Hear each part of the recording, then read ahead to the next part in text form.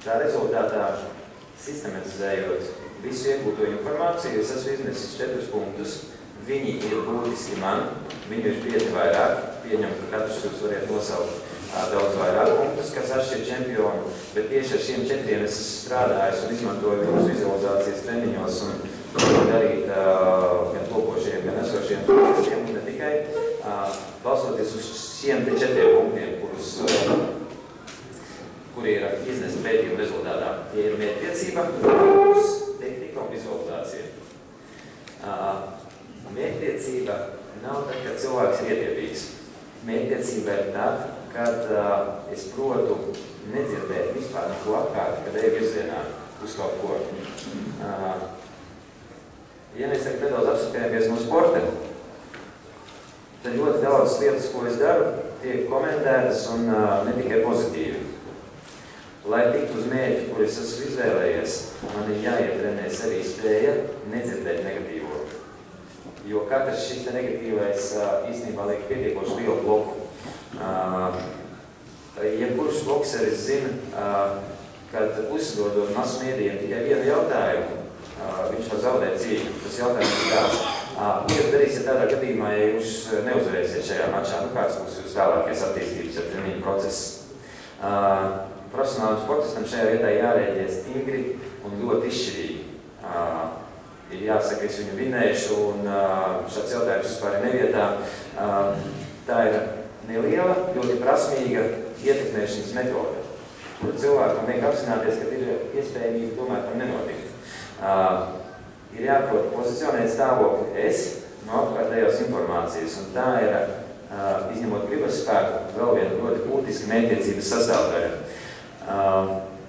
Šī lieta ir tā, ko es ļoti stingri, varētu teikt, bargi trenēju vizualizācijas treniņos sportistiem, un viņiem vienlaikus ir jāiet caur koridori, kur ļoti daudz cilvēku saka, viņiem negatīva informācija.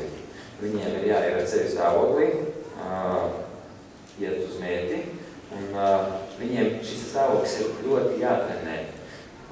Un tad, kad viņš iziet arēnā, ja īstajā cīņā, tad jebkurš šāds ietekmēšanas moments viņu vairs nestrādā, bet šī vai ir jābūt atstrādātai. Tad viens no punktiem, ko zina čempions, ir mērķtiecība. Tas, ka viņu nevar ietekmēt ar dažādām lietām, ar kurām var ietekmēt katru no cilvēkiem. Viņš ir nežēlīgs pret sevi, un viņš ir zināmā mērā nežēlīgs pret radiniekiem ar to, cik ļoti viņš fokusējās šo te mērķi. Es mēģināšu tā ātri. Es, protams, par šiem punktiem varu runāt diezgan ilgi, jo tas ir mans mīlestības bērniņš, tas ir mans darbs, kas man ļoti patīk, bet cik mums ir ierobežot laiku, tad pieturēšos pie zināma tempa. Otrs punkts ir fokus. Fokus, tas nozīmē, ka uz laiku, kamēr es daru šo lietu, es nedaru daudz ko citu. Man ir ļoti skaidri izsvērtas prioritātes. To es daru un to es nedaru.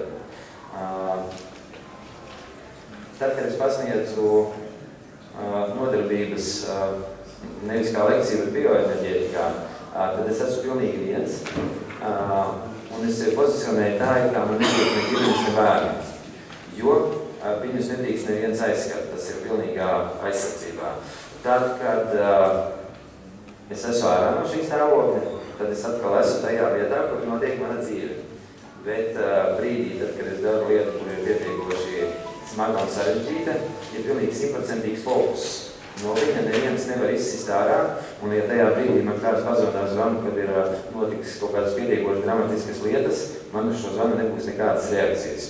Cilvēks, kas zvana, ļoti stipri apvainosies, bet man tāpat nebūs nekādas reakcijas, to, ko viņš saka. Tas ir nežēlīgi, bet tas ir fokus. Un šo te jautājumu zina katrs čempions.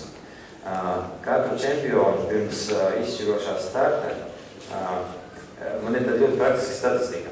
Tad, kad ir ļoti grūta uzstāšanās, ja ir kaut kāds pamatīgs treniņš, burtiski nedaudz pirms viņa vienmēr ienāk ļoti liels skaits kaut kādas negatīvas informācijas, kas burtiski dezorganizē tā, lai šo notikumu iziet ārā negatīvā stāvoklī. Tādā dezorganizētā. Jau nedaudz pirms starta sākšanās es pozicionējos no pilnīgi jebkuras informācijas, vienalga kāda viņa būtu, izslēdzu telefonu, nelasu mailus. Esmu pāris reizes to izdarījis, ļoti nožēlojot. Es nekontaktējos ar cilvēkiem, es esmu ļoti precīzi fokusēts uz mērķi. Un šī ir lieta, kura ir ar vingrinājumiem strādājuma, kas ir jāizstrādā kā stāvoklis, nevis kā rakstura īpašība. Cilvēkam nav jāpaliek nelietīgam vai augstam vai augstprātīgam. Bet kā stāvoklis fokusēšanās ir jāiemācās obligāti, un šī ir arī īpašība, ko prot čempions. Tālāk tehnika. Tie ir ļoti labi. Ja mēs runājam par mītiem un patiesību, tad ir tā, ka daudzi cilvēki, kas nav treneri, kas nav no mums sporta industrijas vidus, domā, ka rezultāts sasniedzās ar treniņu daudzumu. Cik smagi un grūti cilvēks trenējās. Tikai metodisti zina, ka rezultāts ir atkarīgs no tā, cik pareizi cilvēks trenējās, cik daudz un kā atpūšās. Ja šis posms nav ievērots, tad notiek pārtekšana, notiek spēku izsīkums un ir grūti var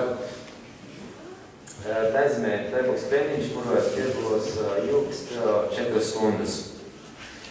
Tad, kad aizbraucot uz turienu un te aklimatizējoties, man viņi nekad neatļauj viņā palikt vairāk par minūtēm 40-50. Tāpēc es nodarīšu sev pāri. Te neiet runa par filospēku, te iet runa par zināmu cikliskumu, kā virzās uz šo te mērķi, kurš ir obligāti jāievēro, kuram nav nekā kopīga ar gribas spēku šajā te aspektā. Tā ir metodikas, taktikas un tehnikas zinība. Tātad virzībai uz mērķi ir arhitektūra. Un šo te arhitektūru zinām mēs treneri, un viņa ir ļoti smalki kopta.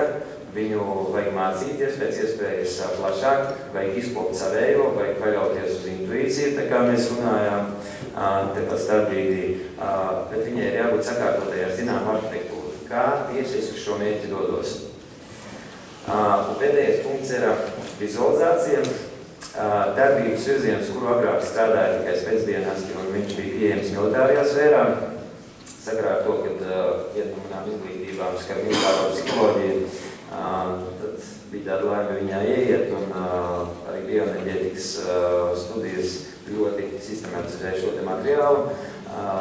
Tātad ir veidi, kā cilvēks var strādāt ar smalkajām vibrācijām, vizualizēt to, ko viņš dara, prast, tikt galā ar iekšējiem stāvokļiem, viņus strauji mainīt, un šis posms ir ļoti būtisks. Izstāstīšu pavisam praktisku piemēru.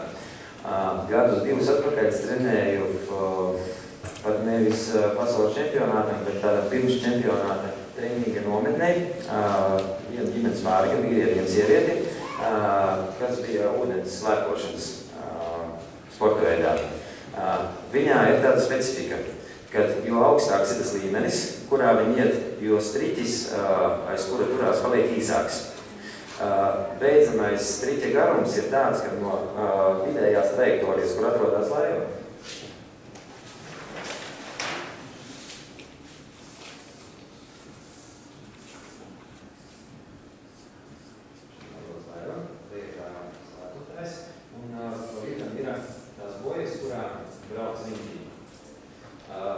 tādā fitness režīmā braucot, tas ir baigi kaitīgi uz pie līguma. Braucot sporta režīmā, tas striķis ir ļoti īss līdz tām bojām, kad līdz nākošais viņš pietiek šitā attālumā +metrs.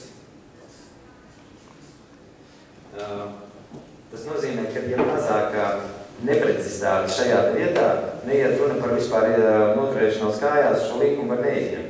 Pie vislielākās piepūles var saķert to boju šitā te precīzi rokās. Pie mazākas piepūles viņai aizbraukt vienkārši garām, līdz viņai nedaļokt. Ļoti, ļoti augstā sagatavotības līmenī atstrādātiem dzelzs nerviem var viņai apbraukt riņķī.